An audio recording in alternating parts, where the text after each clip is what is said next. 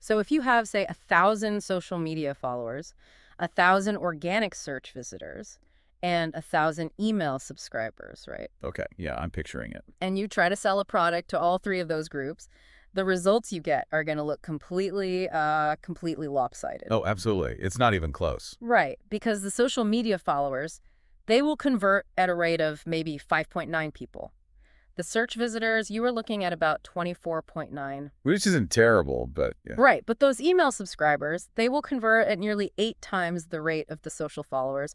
Almost 42.4 people will buy. Wow. I mean, 8 times is a massive difference. It is, yeah. If you spend like 10 minutes reading marketing blogs today, Yeah. you will inevitably find some tech guru declaring that email is a dinosaur. Oh, yeah, the classic email is dead article. Exactly. That it's dead, that the inbox is obsolete. We are constantly told the future is entirely about, algorithmic feeds, short-form video, messenger bots. Which is just factually wrong when you actually look at the revenue. Completely wrong. The data tells a radically different story. For every single dollar you spend on email marketing, the average return is $44.25. That is just nuts. 44x return. So if you are sitting there ignoring the inbox just because it doesn't feel flashy or new, you are leaving an astonishing amount of money on the table. And honestly, a lot of human connection, too. It's a really profound reality check for anyone trying to build an audience right now. I mean, we are entirely conditioned by the dopamine hits of social media, right? Oh, for sure. The likes, the shares. Yeah, that instantaneous, visible feedback. Because email operates quietly in the background, we tend to overlook its sheer consistent power. It's not public, so it doesn't feel as exciting. Exactly. But the Data and Marketing Association tracks this stuff meticulously. And when it comes to purchases made directly from a marketing message, email sits at a 66% conversion rate. Wow. Yeah, which is higher than literally any other medium. But Yeah. people still treat it like the uncool, outdated cousin of modern content creation. Which is exactly why we are taking a deep dive today into a source that just completely dismantles that mindset. We are looking at the book 300 Email Marketing Tips by Mira Cothand. She is fantastic. She really is. She's an email marketing strategist, a 3-time Amazon best-selling author, and, someone who has actually built a sustainable, highly profitable business using the exact architecture we're going to break down today. And what makes her perspective so crucial right now is who she is actually writing this for. Right, she's not talking to big corporations. No, not at all. Yeah. She isn't lecturing some Fortune 500 marketing department that has a limitless budget and a whole team of copywriters. She is directly addressing the overwhelmed entrepreneur. The blogger, the course creator. Yeah, the solopreneur who looks at email as just, one more suffocating chore on a to-do list that just never ends. Because that specific demographic is incredibly vulnerable to bad advice, aren't they? Oh, absolutely. When you are a solo operator, you hear all the noise of the marketing world, and you just assume you need to build this, 50-step labyrinthian marketing funnel. Or you feel pressured to draft a massive magazine-style newsletter every single week. Exactly. And when those monumental efforts result in absolute silence from your audience, the burnout is just catastrophic. You just want to quit. Right. So Cotan wrote this book to cut through all that noise. She replaces all that anxiety of doing everything with a very focused, highly intentional framework. So if we are stripping away the noise, what is the actual foundational argument she is making here? What is the core thesis that changes how you view a subscriber list? Her central argument demands a complete paradigm shift regarding how you value an audience. She states that email marketing is absolutely not about growing a massive list of random names. It's not a numbers game. No, it's not. The goal is not to collect this sprawling database of what she calls freebie hoarders. The goal is to cultivate a highly qualified list of buyers. Which makes sense, but it's hard when you're obsessed with follower counts. Well, yeah, because when you rely on social media, you are merely renting an audience. You're renting it from a platform that can alter its algorithm tomorrow and instantly evaporate your reach. We see that happen all the time. But with email, you own the asset. And to actually maximize that asset, she introduces a 5-step activation process. It's designed to guide a subscriber from being a total stranger to becoming a committed brand advocate. And before we get into the mechanics of that five-step process, there is a piece of foundational psychology here that I think just frames everything perfectly. It's based on Jeremy Miller's 3% rule. Yes, that context is absolutely vital. So in his book, Sticky Branding, Jeremy Miller points out this really sobering statistic. Okay, what is it? At any given moment, only about 3% of your market is actively looking to buy what you are selling. Just 3%. It's 3%. The vast majority of creators exhaust themselves trying to capture that tiny little sliver of immediate buyers. They're constantly just shouting, "Buy now," into the void. Right, every post is a pitch. Exactly. But Cohan argues that the true compounding power of email is that it allows you to capture the mind share of the other 97%. The people who aren't ready yet. Right. These are the people who are not ready to pull out their credit cards today, but they will be tomorrow or in 6 months or in 2 years. And if you've been in their inbox that whole time, You've built a consistent, trusting relationship with them, so you become the only logical choice when they finally cross over into that 3%. that makes so much sense. So let's start at the very beginning of that relationship, which usually kicks off with the lead magnet. The freebie. Right. Yeah. For anyone listening, the lead magnet is that free resource. You offer a checklist, a template, a video in exchange for an email address. And the trap here is the obsession with list size. Oh, it's a huge trap. We see someone with 100,000 subscribers and just assume they have a massive, profitable business. But Cohan calls that a dangerous myth. Because it is. It's a vanity metric that can actually bankrupt a small business. Yeah. You have to remember, you pay your email service provider based on the number of subscribers you have. Oh, right. The bigger the list, the higher the monthly bill. Exactly. So if you are paying to maintain a massive list of people who never open your emails and never buy your products, you are literally bleeding money just for the sake of your ego. That is rough. Cohan actually provides case studies in the book contrasting lists of 16,000 subscribers that are earning maybe $4,000 a month with tiny hyper-focused lists of just a few thousand subscribers earning the exact same revenue. So a quarter of the size, but the same money. Exactly. And the difference there is the pre-qualification of those subscribers. Pre-qualification, that really is the magic word here. Because most people assume a lead magnet is just a bribe, right? It's just a shiny object you dangle to trick someone into handing over their email address. But that is the wrong way to look at it. Its primary function is actually to act as a rigorous filter. A lead magnet must pre-qualify the person downloading it. Okay, can you give an example of what that actually looks like in practice? Yeah, let's look at the specific scenario Cohan uses in the book.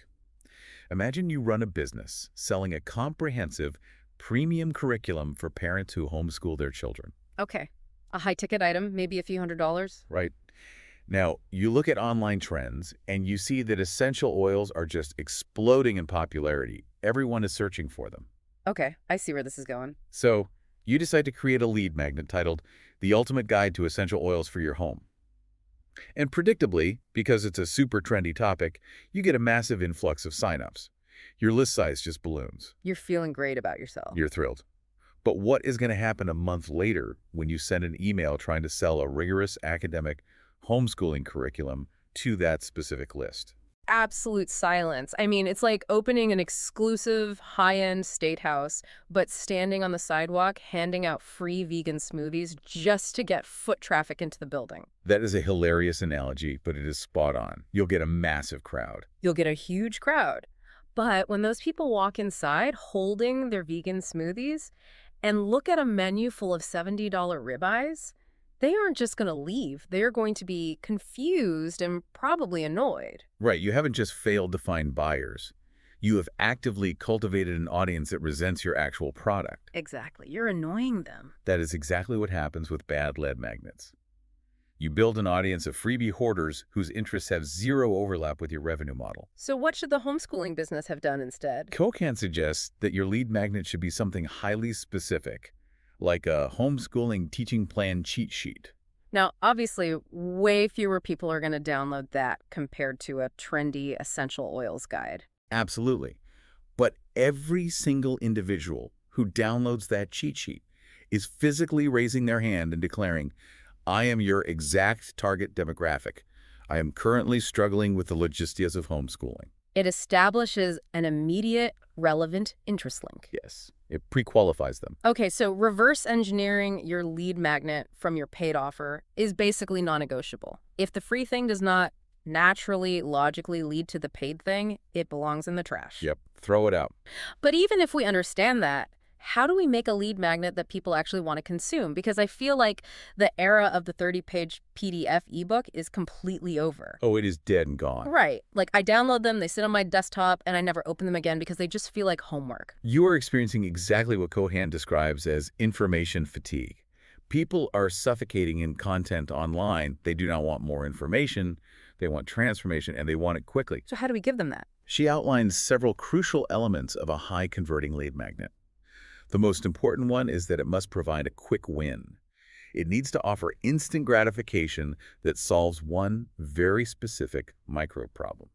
So it's the difference between offering a lead magnet called How to Fix Your Finances versus a 5-minute spreadsheet to track your monthly grocery budget. Precisely. The first one is completely overwhelming. The second one is actionable right this second. I can use the spreadsheet immediately. Exactly. And crucially, it must address a problem the reader already knows they have. Oh, that's interesting. Why does that matter? It's a subtle but really profound psychological point. You cannot use a lead magnet to convince someone they are in pain. They have to already be annoyed by the problem. Right. They have to already feel the friction in their life, see your specific lead magnet, and instantly recognize it as the exact remedy for their current headache. Okay, so let's assume we have nailed the lead magnet. We have the perfect, highly specific cheat sheet. How do we actually get the subscriber to take the bait? This brings us to the mechanics of capturing the email. Yeah. And Cohan uses this great phrase, demystifying the funnel. Yeah, because the word funnel is loaded with so much baggage. People hear that and assume it means hiring a $10,000 consultant or setting up these terrifying webs of logic in expensive software. Right. The marketing industry really thrives on making funnels sound like arcane magic. But Cohan strips all of that away. A funnel is simply a pathway. Just a path from point A to point B. Exactly. It is the sequence of steps a human being takes from first discovering you to eventually making a purchase. That pathway might be a complex webinar, sure, but it could also just be a single web page and 3 follow-up emails. So why do so many creators struggle with this if it's that simple?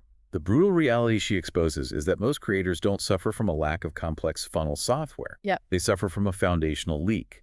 Their pathway starts with a broken front door. We see this all the time. A creator will have phenomenal content, a really great lead magnet, but their website suffers from what she calls opt-in blindness. Yeah, opt-in blindness is a huge killer.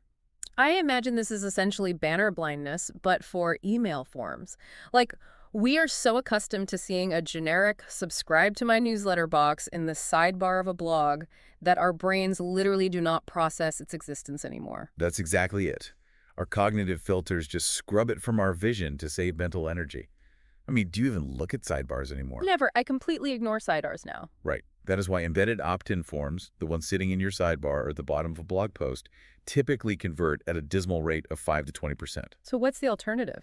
To combat this, Cohan strongly advocates for dedicated landing pages. The conversion disparity is immense. A dedicated landing page can convert at 30 to 80%. Wow. Let's unpack the psychology of that. I imagine a landing page works so much better because it relies on, psychological isolation. What do you mean by that?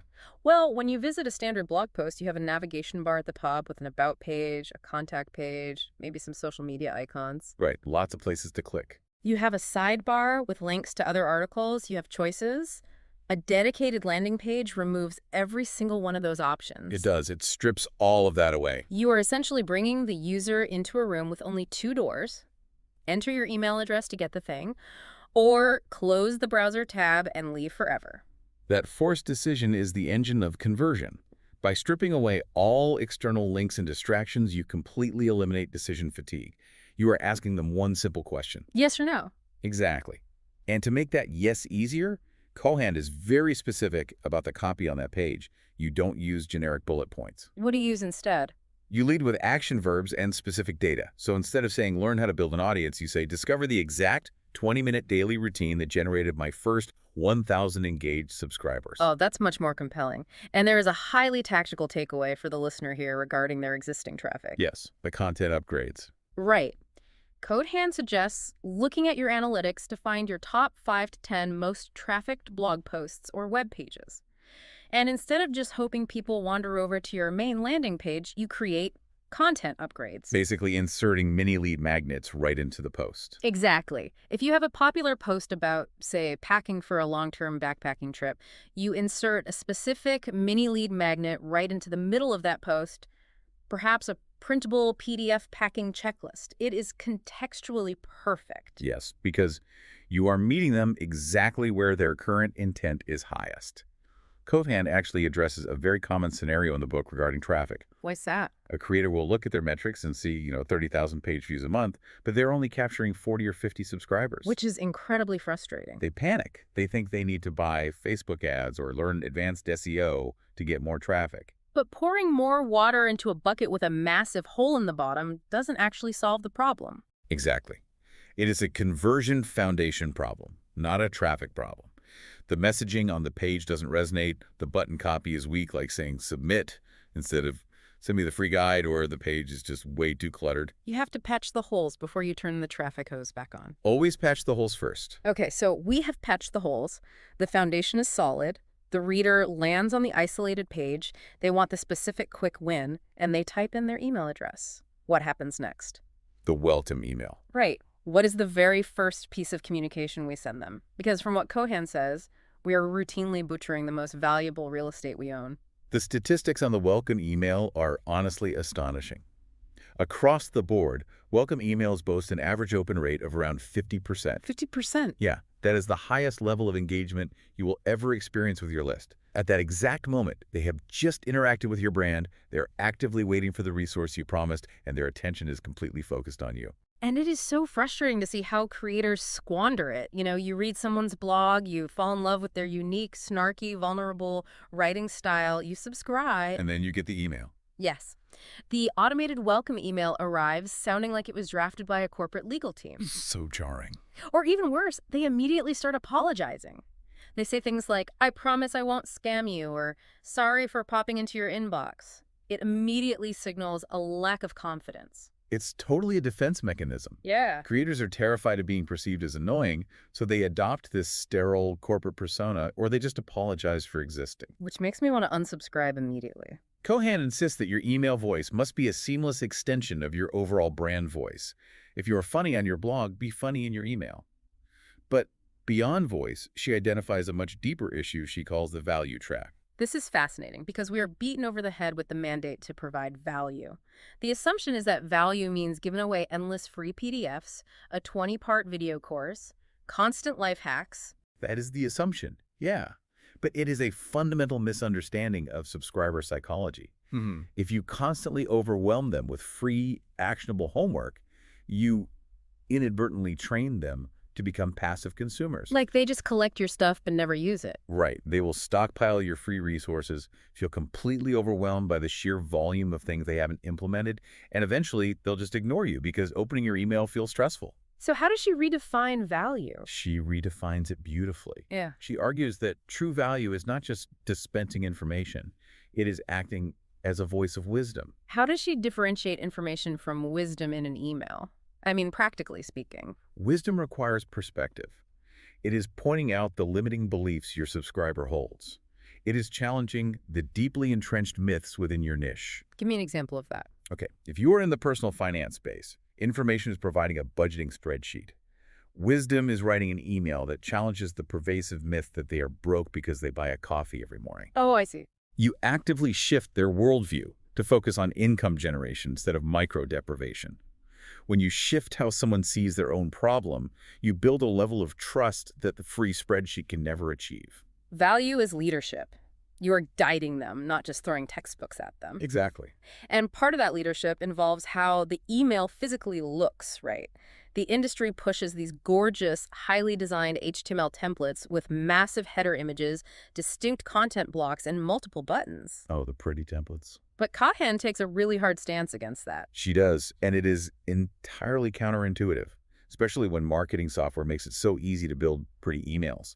But Cohan's data, and industry data at large, proves that plain text emails actually perform better. Really? Plain text, like just words. Yeah, emails that look exactly like a message you would type out in Gmail to a friend, they actually secure higher open rates and deeper engagement. I suppose the psychology there makes sense. When I open an email that is heavily formatted with graphics and logos, my brain instantly categorizes it as a marketing blast. Right, your guard goes up immediately. Exactly. I am being pitched. But a plain text email feels intimate. It feels like a one-to-one correspondence. The intimacy is key. But there is also a critical mechanical reason for this. Mailbox providers like Google use highly sophisticated algorithms to sort incoming mail. And they hate heavy code. They really do. Image-dense, heavily coded HTML emails are very frequently flagged by these algorithms as commercial mail, which routes them directly into the promotions tab or, worse, the spam folder. So the plain text email dodges that filter. Right. It is far more likely to land in the primary inbox because its code structure mimics a regular personal conversation. Okay, so we are sending a plain text email. It feels personal. We are positioning ourselves as a voice of wisdom. But how do we overcome the imposter syndrome that stops so many people from hitting send? That's a huge barrier for a lot of people. Because to be a voice of wisdom, you feel like you need a PhD or 20 years of industry experience. Coherent tackles that hesitation directly. Her rule is that you do not need to be the absolute master of a domain. You only need to be 2 steps ahead of your reader. Just 2 steps. Just 2 steps. If you manage to eliminate your credit card debt in 3 years, you are entirely qualified to guide someone who is opening their first bill and feeling overwhelmed. Because you remember exactly what it feels like. Exactly. You understand their specific terrain better than a billionaire who hasn't worried about debt in decades. Your recent, relatable experience is your qualification. I love that. So in that welcome email, aside from delivering the freebie and establishing that relatable authority, Codan emphasizes 2 other mandatory elements. Right, the PS and micro commitment. Let's talk about the PS first. One is teasing the next email using the PS section. She notes that the PS is often the most read part of any email, simply because of how our eyes scan a screen. We always scroll to the bottom. We really do. So you open a curiosity loop. By the way, tomorrow I'm going to send you the #1 mistake people make when organizing their pantry that actually attracts pests. It gives them a reason to actively look for your name the next day. But the second element is something she calls a micro-commitment. What is that? The micro commitment is crucial for training subscriber behavior. You cannot just broadcast at an audience and expect them to become engaged buyers later. You have to build the habit of interaction. So what does that look like in the welcome email? A micro commitment is as simple as asking a highly specific question at the end of the welcome email and explicitly telling them to hit reply. Like, hit reply and tell me your thoughts. Actually, it needs to be more specific, like hit reply right now and tell me what your biggest struggle is with meal prep. When they reply, 2 things happen. Okay. First, you get invaluable market research in their exact words. Which you can use for future products. Exactly.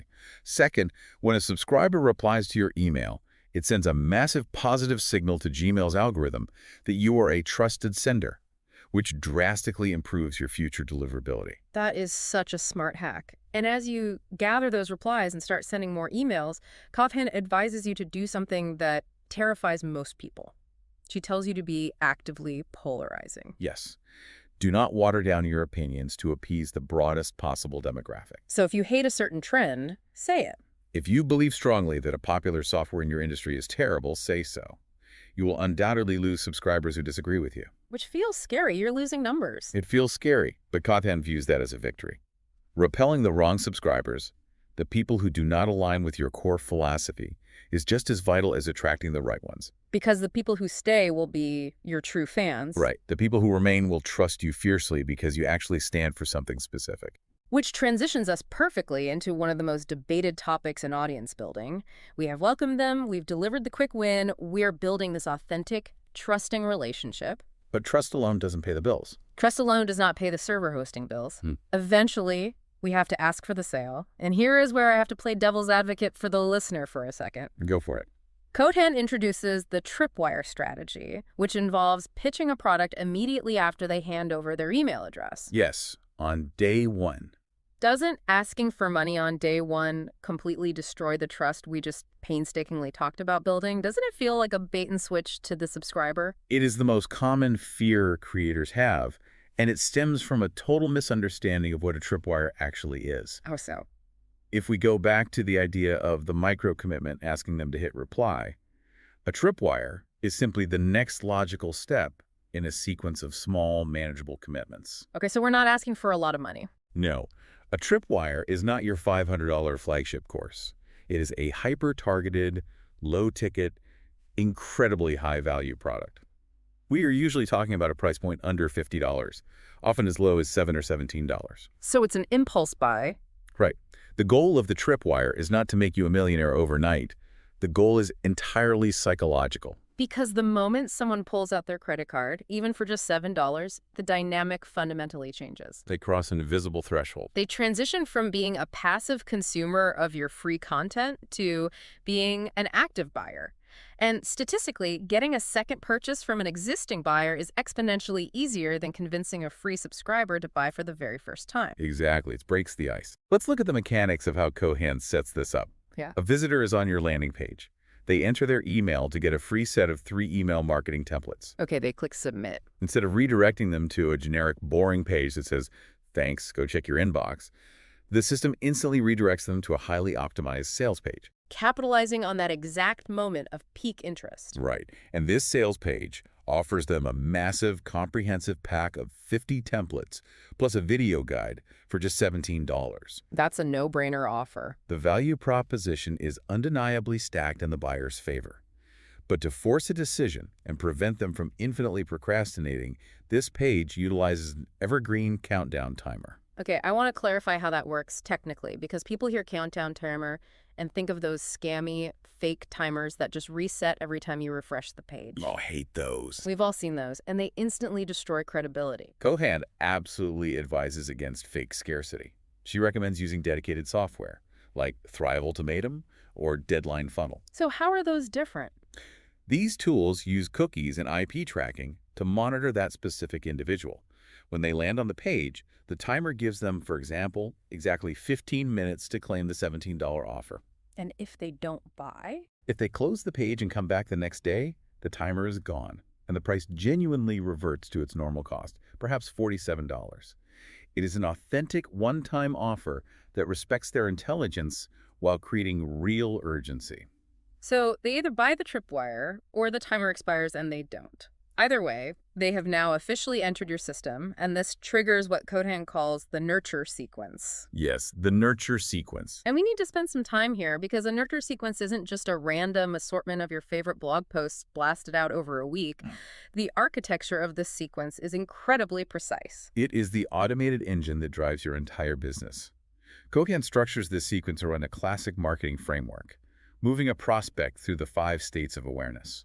I feel like to truly understand why most emails fail, you have to understand these states. Let's map these out practically. Sure. Let's say you sell a digital course on time management and productivity for chaotic freelancers.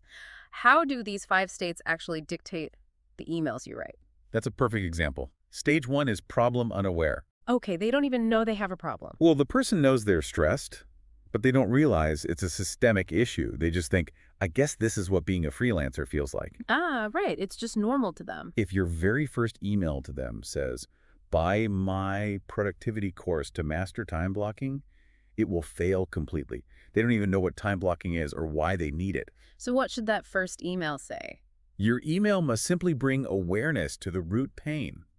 Why are you always exhausted at 3 p.m. even when you haven't finished your client work? You are giving language to a feeling they couldn't articulate? Yes, and that moves them to stage 2, problem aware.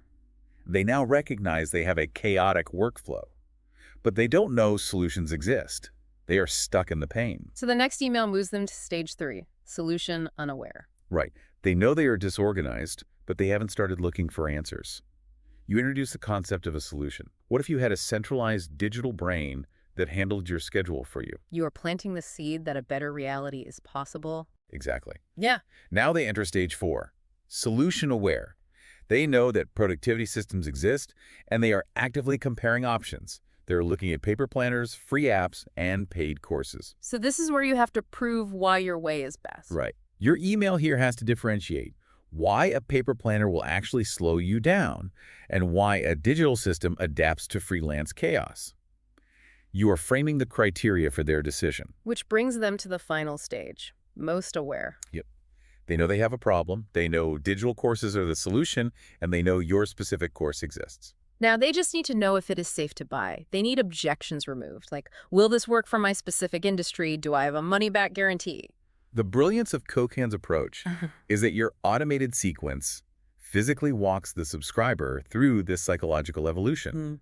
Every single email is a milestone marker, inching them from confusion to clarity. It's so structured. And when writing the copy for these emails, especially in the later stages, she uses a phrase that might be the single most valuable piece of advice in the entire book. What is it?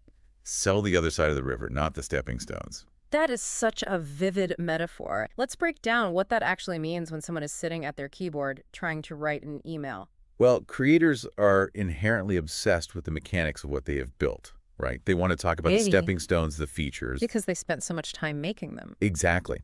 If you are selling a course on building a website, you want to brag about the 10 video modules, the downloadable wireframe templates, and the custom CSS guides. But the brutal truth is, your customer does not care about any of that. No one inherently desires a custom CSS guide. No one. They don't want to buy a website. Right. A website is just a stepping stone. They want what the website produces. They want the other side of the river. So they want the sales, the status. They want the automated sales, the elevated status in their industry, and the freedom to spend the weekend with their kids instead of fighting with WordPress. You have to Yeah. sell that ultimate outcome. Cothand gives a brilliant, simple editing trick to ensure you are doing this. Like, go look at the sales copy you have written right now. Every time you list a feature, you must append the phrase "so that" to the end of it. It forces you to connect the dots. Exactly. You can't just say, this course includes 10 over-the-shoulder video modules. That's a stepping stone. You have to write, this course includes 10 over-the-shoulder video modules so that you never have to guess what button to click, allowing you to launch your site in a single weekend. It connects the logic to the emotion, and emotion is what drives the purchase. It's brilliant. But, even if you execute the lead magnet perfectly, capture the email with a flawless landing page, build immense trust with a plain text welcome email, secure a tripwire sale, and walk them masterfully across the river in your nurture sequence, You still have a problem. you still face an inevitable biological reality of digital marketing.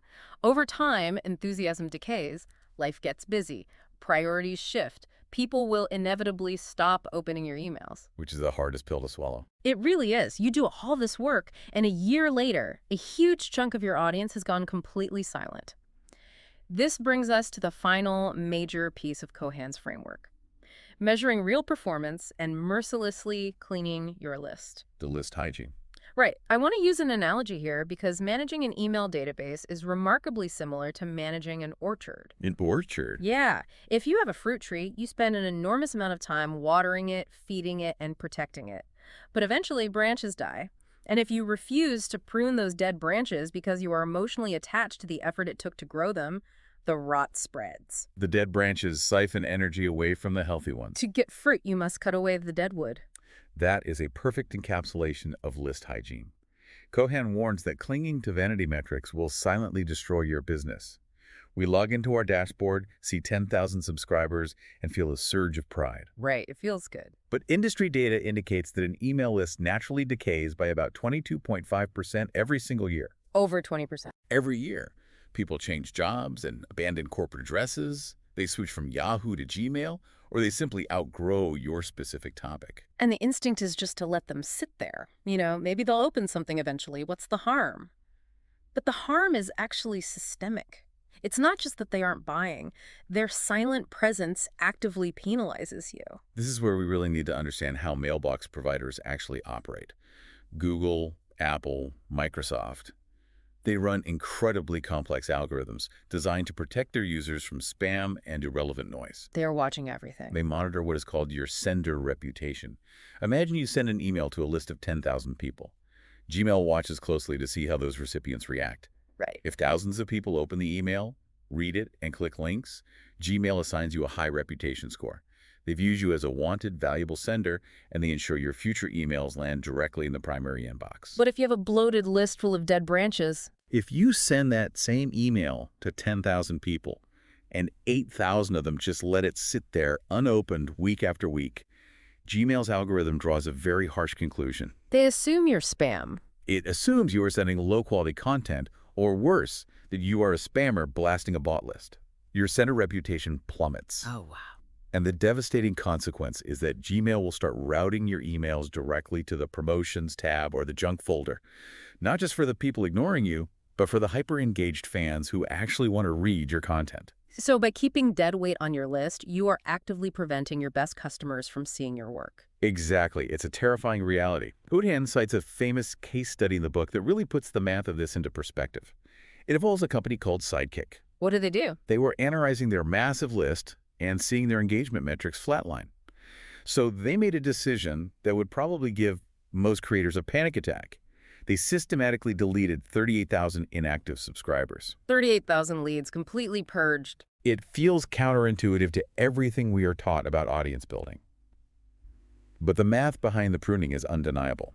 Let's simplify the numbers. Okay, walk me through it. Say you have a list of 10,000 subscribers. You send an email and 1,500 people open it. That gives you an open rate of 15%. Not terrible, but not great. Right. Now you analyze your data and realize that 4,000 of the people on that list haven't opened a single email in an entire year. They are ghosts. You finally take a deep breath and delete those 4,000 ghosts. Okay, so your list is smaller. Your total list size drops to 6,000. But the very next week, when you send an email, those same 1,500 loyal people open it. Only now, 1,500 opens out of a 6,000-person list means your open rate instantly skyrockets to 25%. And suddenly the algorithms at Gmail look at your metrics and say, wow, a quarter of this audience is highly engaged. This sender is fantastic. Your deliverability is saved, you stop paying your software provider for dead contacts, and your data finally reflects reality. But practically speaking, how do we do this without accidentally deleting someone who, I don't know, just took a 2-month sabbatical from their inbox? We can't just blindly swing the axe. Coherent outlines a very safe, methodical process called a re-engagement campaign. You don't just guess who is inactive. You let the software do it. Right. You use your email software to specifically segment out subscribers who haven't opened an email or clicked a link in a defined period, usually 3 to 6 months. You apply a tag to them, perhaps labeling them cold. Then what? Then you run them through a short, automated sequence of 2 or 3 specific emails. And the tone of these emails is usually very direct, right? The subject lines are often things like, are we still friends? Or should I stay or should I go? Exactly. You acknowledge the reality of the situation without guilt-tripping them. You simply say, I noticed you haven't been opening these emails lately. I totally understand inboxes get crowded. I only want to send you things you find truly valuable. Giving them an out. Right.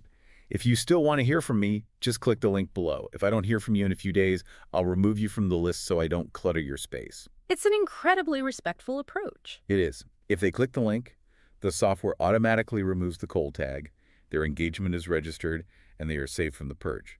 If they ignore all 3 emails, The sequence ends, and you confidently hit delete.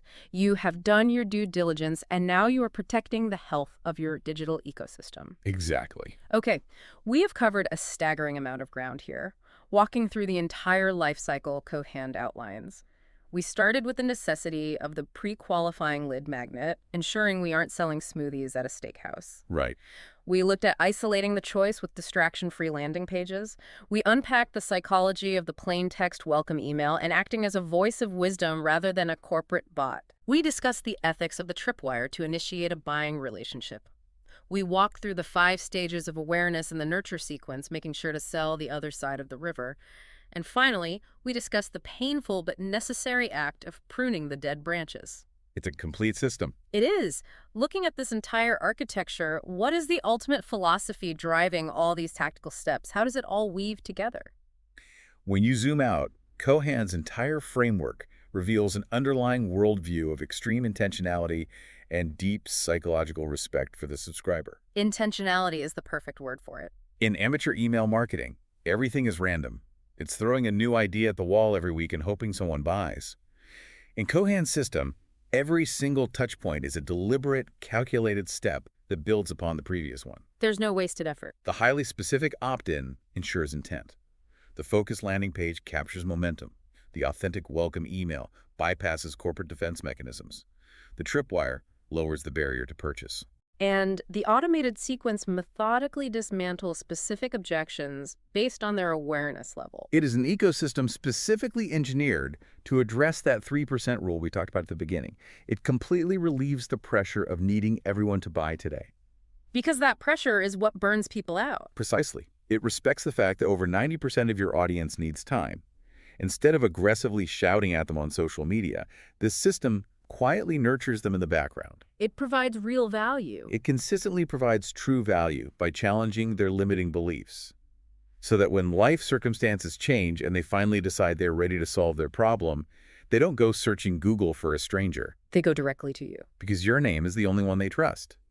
It fundamentally transforms email from being a chaotic, exhausting newsletter chore into a predictable, automated asset that works for you while you sleep. That is an incredibly empowering shift in perspective.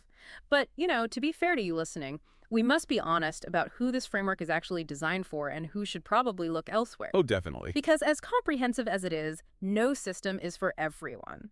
I imagine there is a significant amount of friction for a complete beginner setting up tags, sequences, and countdown timers. There is absolutely a technical learning curve, and the book doesn't hide that. This system is tailor-made for solopreneurs, bloggers, course creators, and small business owners who are emotionally and physically exhausted by the content treadmill.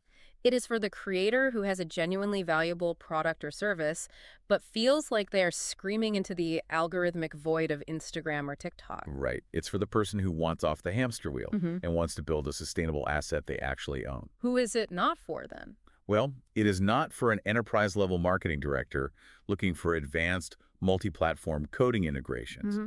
And crucially, it is not for the creator who is fundamentally terrified to ever sell to their audience. That's a big one. Cotan's entire premise relies on the assumption that you have something valuable to offer, and she provides the structure to ethically ask for the sale. If you refuse to ever pitch a product out of fear of offending someone, this system will frustrate you. Overcoming that fear of selling is often the biggest hurdle.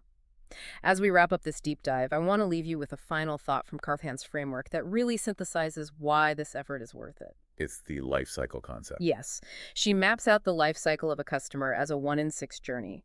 A person moves from being a complete stranger to a casual reader to a subscriber to an engaged subscriber to a customer, and finally to a brand advocate who evangelizes for your work. That's the ultimate goal. Right now, your future best customers, the people whose lives will be genuinely improved by what you create and who will gladly pay you for it, are currently just strangers casually scrolling past a piece of content online. They don't even know you exist yet.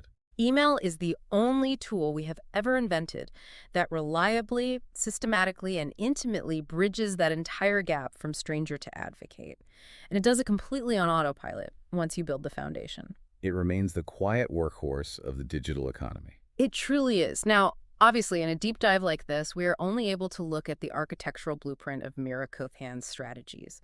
We've explored the underlying psychology and the structure, but the book itself is a massive resource packed with the actual templates, the specific copywriting frameworks, and the exact technical setups. We really only scratch the surface. If you have been listening to this and you feel a sense of relief, if you realize this system could genuinely help you step off the social media treadmill and build a sustainable business, there is a complete audio available. It's fantastic. It is several hours long, and it covers every single chapter in immense depth, offering detailed explanations and actionable step-by-step takeaways for every one of her 300 tips.